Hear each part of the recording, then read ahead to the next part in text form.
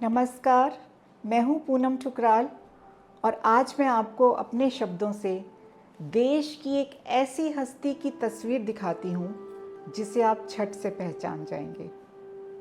एक ऐसा मनमोहक चेहरा जिसमें ज़रा भी परायापन नहीं, सफ़ेद खादी का कुर्ता और उस पर एक जैकेट जिसमें बीच के बटन की जगह टंगा हुआ एक खूबसूरत गुलाब, चेहरे पर एक सौम्य और चुंबकीय आकर्षण से भरी हुई मुस्कुराहट, कहीं कोई दम, कहीं कोई दिखावा, कहीं कोई नकलीपन नहीं। ये एक ऐसी तस्वीर है जो कभी हमारा ध्यान खींचे बगैर रहती ही नहीं। याद आया कुछ?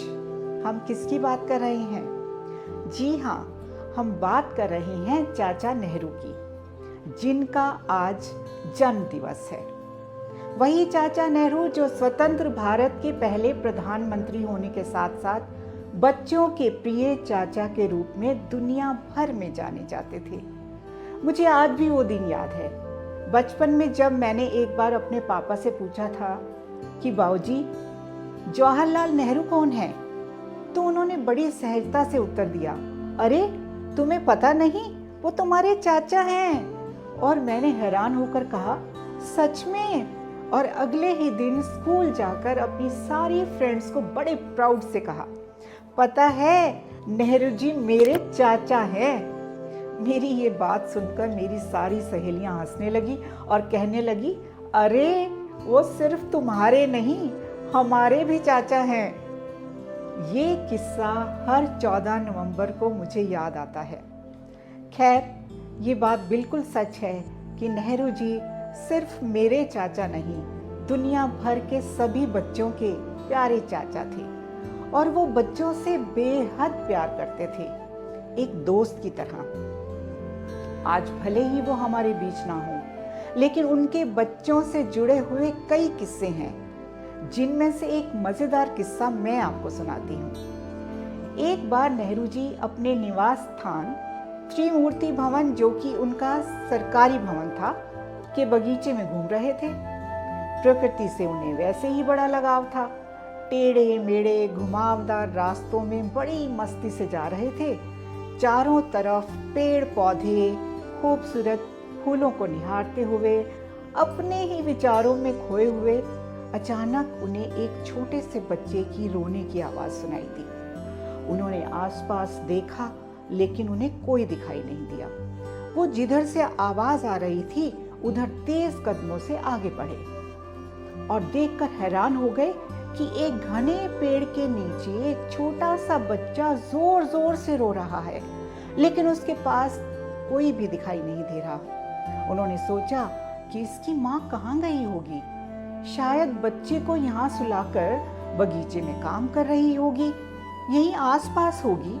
बच्चा इतनी जोर जोर से रो रहा था कि नेहरू जी से रहा नहीं गया और उन्होंने झट से बच्चे को अपनी गोद में उठाया, कंधे से लगाया और थपकी देकर उसे बड़े प्यार से सुलाने लगे। बच्चा भी उनकी गोद में आकर एकदम चुप हो गया और उन्हें देखकर मंद मंद मुस्कुराने लगा, मानो कह रहा हो, मुझे आपका ही इंतजार था चाचा जी।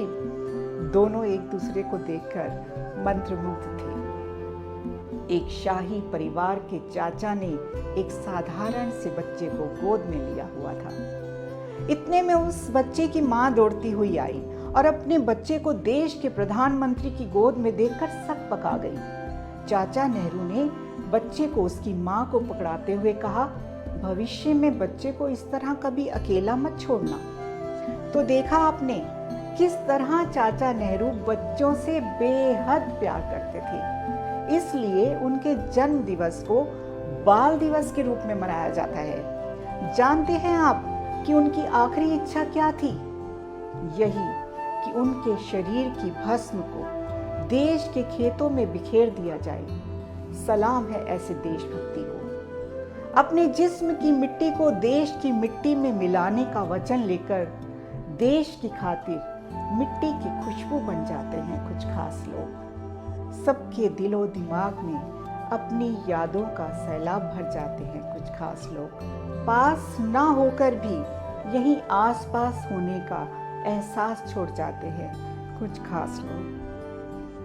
फिर मिलते हैं एक भूली बिसरी कहानी के साथ। खुश रहें, स्वस्थ रहें। नमस्कार।